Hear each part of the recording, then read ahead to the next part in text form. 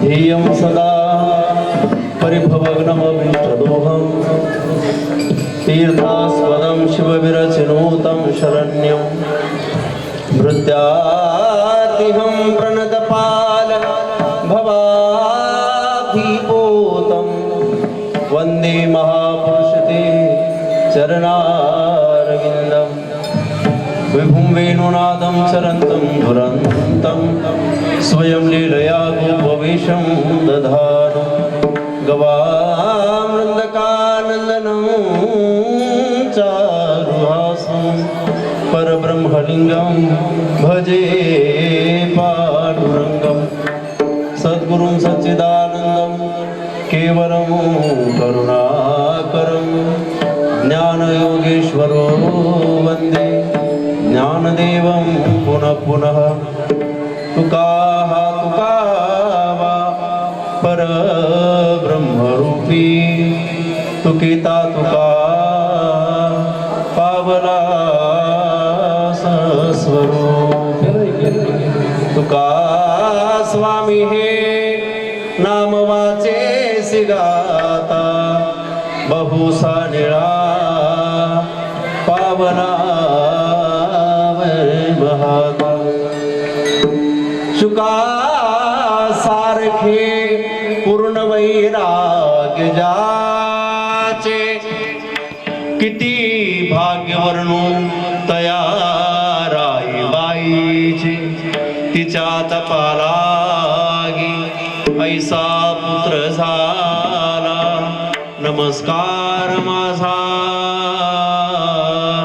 सद्गुरु वामन भाऊला जेणे धर्म जितविला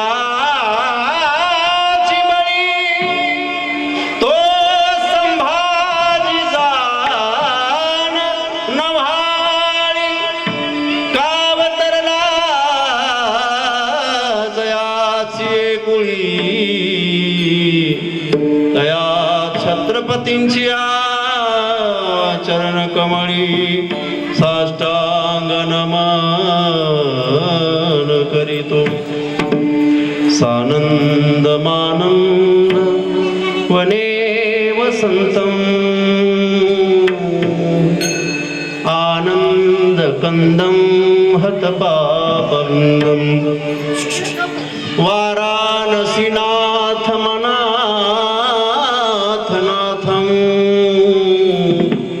श्री विश्वनाथं शरणं प्रपदे विठला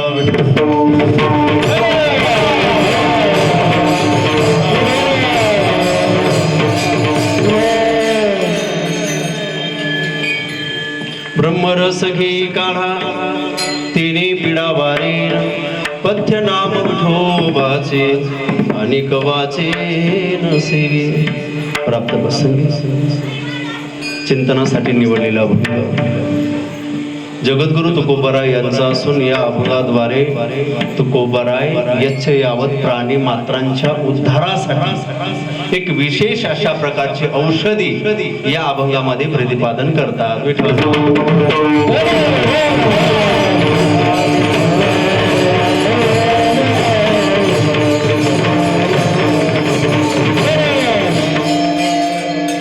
सालाबाद प्रमाणे याही वर्षी आपला सर्वांचं श्रद्धास्थान असणार अर्थात महादेवदारा या भगवान शंकराच्या पवित्र प्रांगणामध्ये गेली 32 वर्ष आणि हे 33वे वर्ष या नाम सप्ताहाचं आज 33व्या वर्षाचा 5वा दिवस आहे.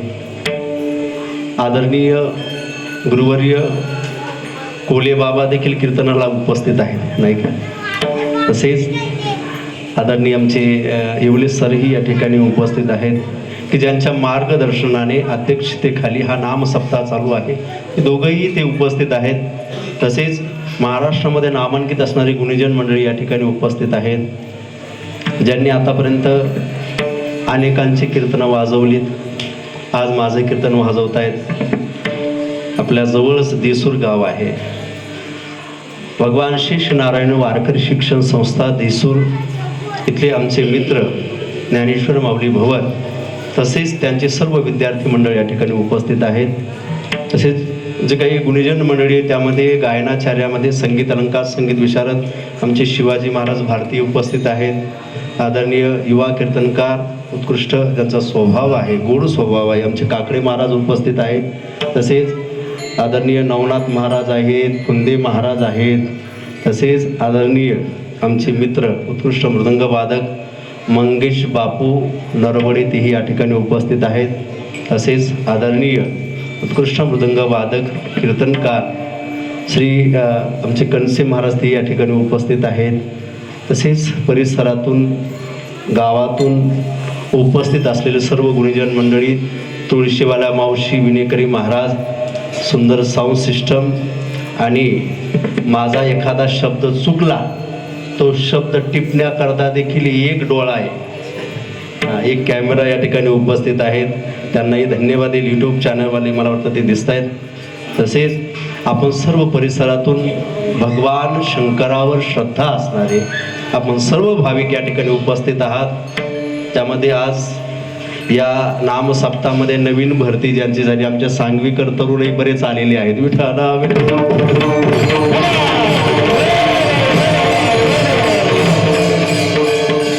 तसेच भालेराव काका तेही या ठिकाणी उत्कृष्ट पेटी वादक उपस्थित आहेत। सोबदार महाराज आहेत। अजून कुणाचं नाव राहिलंय का? तर असं आपण सर्व भाविक सर्वांच्या उपस्थितीमध्ये अगदी भव्यतेमध्ये दिव्यतेमध्ये संपन्न होत असणारा हा नामसप्ताह आजचा 5वा दिवस आणि 5व्या दिवसाची सेवा आदरणीय बाबांकडून माझ्याकडे आली। जो अभंग निवडलाय तो तुकोबारायांचा आहे। माझा आवाज खाली येतोय का? व्यवस्थित येतोय ना आवाज? हा, मग काही म्हणजे झोपणार नाही तुम्ही, बाकी काय विठ्ठला विठ्ठल।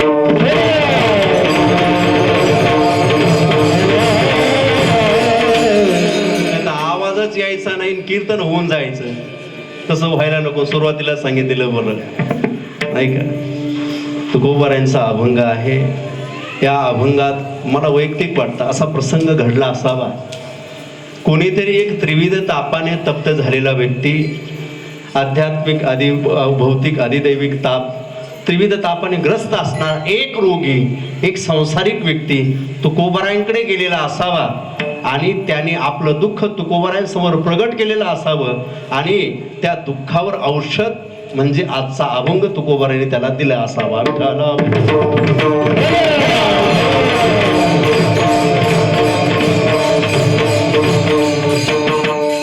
तसं पाहिलं तर मानवी जीवन दुःखाने भरलेलं आहे। मानवी जीवनामध्ये आजपर्यंत जग निर्माण झाल्यापासून असा एकही व्यक्ती ज्ञानोबारायांना ऐकण्यात आला नाही। ज्ञानोबारायांच्या कानावर अशा शब्द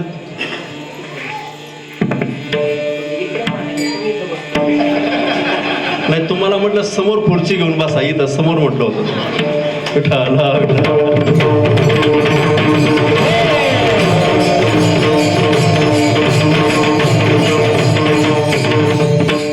या जगाचा इतिहास माऊली सांगतात की या जगामध्ये असा व्यक्ती माझ्या कानावर असा शब्द कुणाच्याही मुखातून ऐकायला आलेला नाही की मी सुखी आहे, नाही का?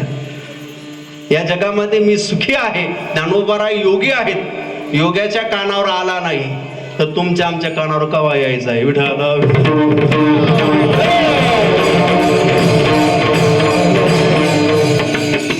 मृत्यूलोकी सुखाची कहाणी ऐकी जेल कवनाचे श्रवणी। आता माऊलींची उभी बघा, शब्द वापरलाय कवनाची श्रवणी। माणसं मुखाने बोलत असतात का कानाला? कानाने बोलतात, मुखानेच बोलतात ना।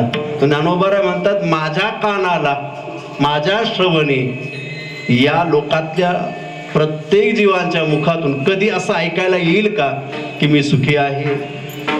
आता हेच माऊलीची ओवी दासाने रामदासांनी पुढे त्यांच्या शब्दात मांडलं, जगी सर्व सुखी असा कोण आहे। हेच शब्द आहेत, हे 700 वर्षापूर्वीचे आणि 400 वर्षापूर्वीचे। विठ्ठला विठ्ठला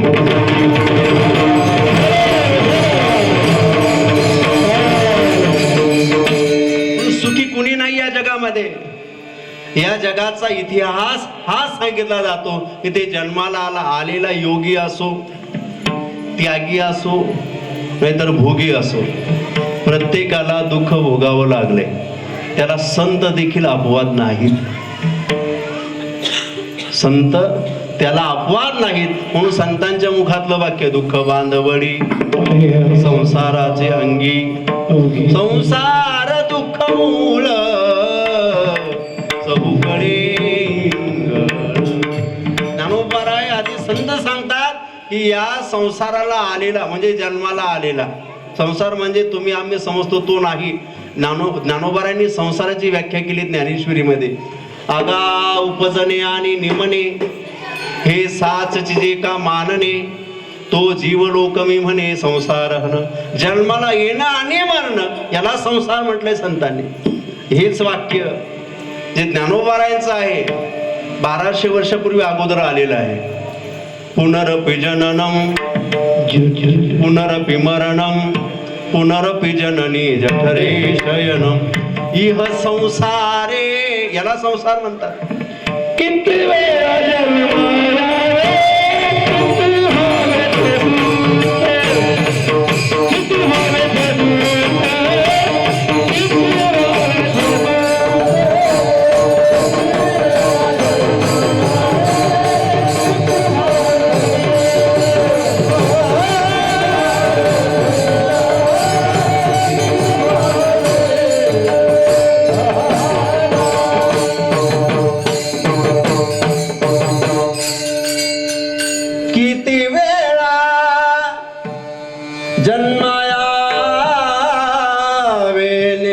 भावे फजित. किती वेळा जन्माला येणं आणि मरणं. शंकराचार्यांनी तेच सांगितलं, पुनरपि जननम पुनरपि मरणम पुनरपि जननी जठर ही संसार आहे, याला संसार म्हणतात. ज्ञानोबराय म्हणतात आगा उपजने आणि निमणे. पण ज्ञानोबराय ही त्याला अपवाद नाहीत. ज्ञानोबराय देखील सांगतात मी संसाराला आलो. माऊली सांगतात मी संसाराला आलो म्हणजे नरदेहाला आलो. कारण जन्माला येणं आणि मरणं फक्त शरीरातच घडतंय. विठ्ठला जो जीव आहे तो कुठलाही असू द्या, त्याच्याच देहामध्ये शरीरामध्ये जे ज्याने शरीर धारण केले तो पशुही का असेल, जन्माला येणं मरणं त्याच्या जीवनात घडतंय. येणं आणि मरणं. मला एक सांगायचं याला संसार. ज्ञानोबाराय त्याला अपवाद नाहीत. पण ज्ञानोबाराय म्हणतात या देहाला मी आलो, या संसाराला मी आलो, पण माझ्या जीवनामध्ये संसार ज्याच्या करता मी संसाराला आलो ते माझं कार्य मी संपवलं. काय केलं ज्ञानोबारायने? ज्याच्यासाठी शरीर धारण केलं होतं वयाच्या 16व्या वर्षी ज्ञानेश्वरी सारखा अप्रतिम ग्रंथ लिहिला. आपल्याला सांगतात लोक 16व्या वर्षी मोक्याच आहे मोक्याचं. ते ज्ञानोबारायांकडे पाहिल्यानंतर कळतं माझ्या माऊलीने वयाच्या 16व्या वर्षी काय केलं. या जगामध्ये या जगाला दिशा देणारा, चंद्र सूर्य असेपर्यंत या जगाला दिशा देणारा एक ग्रंथ निर्माण केला. त्याचं नाव आहे ज्ञानेश्वरी. ज्ञानेश्वरीमध्ये असा पदार्थ नाही. जसं महाभारतामध्ये अशा काही वस्तू आहेत. माऊलींनी महाभारताचं वर्णन केले. म्हणून महाभारती नाही ते नोहेची लोकी तिही येणे कारणे म्हणवे पाही व्यासोच्छिष्ट जगत्र. तसं इथेही तेच आहे. माऊली सांगतात की माझ्या ज्ञानेश्वरीमध्ये असा पदार्थच नाही की जो आलेला नाही. अहो आता बरेचसे संशोधन आलेत पण ते अजून काही संशोधनाला अजून त्याचा शोध लागायचा आहे. ज्या संशोधनाचा शोध माऊलींनी 700 वर्षापूर्वी लावून ठेवलाय. मोबाईल आता आला, 700 वर्षापूर्वी मोबाईलची उभी ज्ञानेश्वरीमध्ये असावी. ज्ञानोबाराय म्हणतात की या जगामध्ये ध्वनी लहरी जी आहेत ना त्या आकाशात असतात, तरंगत असतात. त्या ध्वनी लहरीचा एकत्रित केलेला साठा म्हणजे मोबाईल. आपण इकडे बोलतो, इकडचा बोललेला व्यक्ती त्याचा आवाज विदेशात कसं काय जातो काही नाही. माऊलींनी योग्याचं जेव्हा वर्णन केले 6व्या अध्यायामध्ये की हा योगी किती सामर्थ्यवान आहे. याच्या जीवनामध्ये हा मुंगीचं देखील मनोगत ओळखतो. एवढंच नाही, स्वर्गीचा आलोच ऐके म्हणजे मोबाईल. विठ्ठल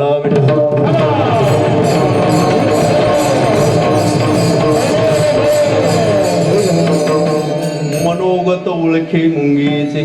6व्या अध्यायामध्ये फार सुंदर योग्याचं वर्णन केले. हा जो योगी असतो याला तिन्ही काळाचं ज्ञान असतं. योगी त्याला म्हणा ज्याला तिन्ही काळाचं ज्ञान असतं. तिन्ही काळाचं ज्ञान फक्त योग्याला असतं, आपल्याला नसतं. असतं काल काय खाल्लेले हे ध्यानात राहत नाही, तर मागचं त्याच्या मागचं केव्हा ध्यानात राहायचं. या योग्याला तिन्ही काळाचं भूत भविष्य आणि चालू वर्तमान तिन्ही काळाचं ज्ञान असतं योग्याला. आता ज्ञानोबारे योगी आहेत. ज्ञानोबाऱ्यांनी तुमच्या आमच्यासाठी ज्ञानेश्वरी सारखा अप्रतिम ग्रंथ लिहिला.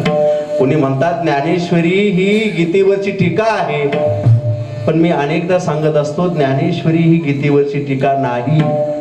का? जेव्हा ज्ञानेश्वरी वाचली जाते तेव्हा आपल्या श्रीगुरूचं सामर्थ्य व्यक्त करत असताना ज्ञानोबा म्हणतात, निवृत्तीनाथ महाराज तुमची जर कृपा झाली तर मी ज्ञानेश्वरी सारखे अनेक प्रबंध. ज्ञानेश्वरी हा शब्द इतरांनी वापरलाय, ज्ञानोबारायांनी ज्ञानेश्वरी शब्द वापरलेला नाही. ज्ञानोबारायचा शब्द आहे प्रबंध. ज्ञानेश्वरीतला आपण ज्ञानेश्वरी म्हणतोय, पण या ज्ञानेश्वरीतला ज्ञानोबारायचा शब्द काय? ज्ञानोबारा म्हणतात मी प्रबंध केलाय. आता PhD साठी जे काही प्रबंध सादर करतात तसा हा माझ्या आयुष्यात मी योगी आहे. मला अनुभवात आलेल्या ज्या गोष्टी आहेत, योग्याला अनुभव येतो का? तर हा योगी झाल्यानंतर आपल्याला अनुभव येईल. योग्याचा अनुभव घ्यायचा असेल तर आपल्याला ज्ञानोबारायना हे का या तिन्ही काळाचं ज्ञान कसं ते योगी होते, एवढंच उत्तर आहे. ज्ञानोबारायांनी ज्ञानेश्वरी ही किती श्रेष्ठ आहे आणि माझी ज्ञानेश्वरी ही गीतेवरची टीका नाही जे अनेक लोक म्हणतात त्याला कसा छेद दिला. ज्ञानोबारायांची उभी आहे. माझ्या श्रीगुरूंची कृपा झाली आणि श्रीगुरू समोर आहेत. आता त्यांच्या समोर मी या जगातला अप्रतिम ग्रंथ लिहितोय, पण त्या श्रीगुरूंनी मला सांगितलं मध्ये मध्ये जेव्हा मी गीतेची पद आणि त्या पदाची कोरणसांडी अशा प्रकारे माझी ओवी यायला लागली की माझे श्रीगुरू मला सांगतात, अरे तू तर देवाचा मनोगत सांगत होतास ना, हे मध्ये मध्ये काय बोलतोय? कळतंय का? जे व्यासांनी गीतेत लिहिलं ते देवाचं मनोगत व्यासांना अनुभवाला आलं.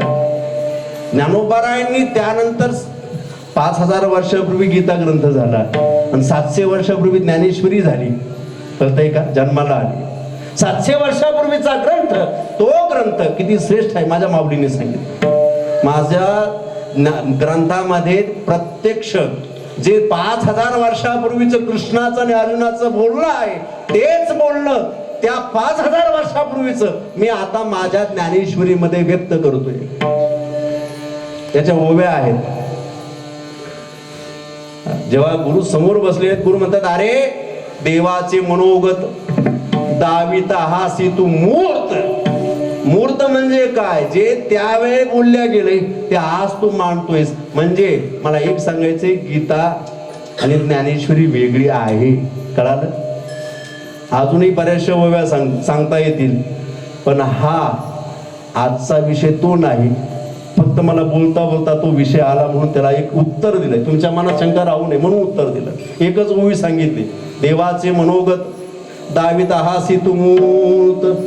आणि ज्ञानोबा हेही सांगतात की माझ्या जर माझ्यावर गुरुची कृपा झाली तेने कारणे मी बोली अरूपाचे रूप दावीन. आतिंद्रिय परी भोगविन इंद्रिया करवी. जे डोळ्याला दिसणाऱ्या वस्तू आहे त्याही वस्तू माझ्या ज्ञानेश्वरी मध्ये मी ओव्याच्या रूपाने व्यक्त करेल. विठ्ठल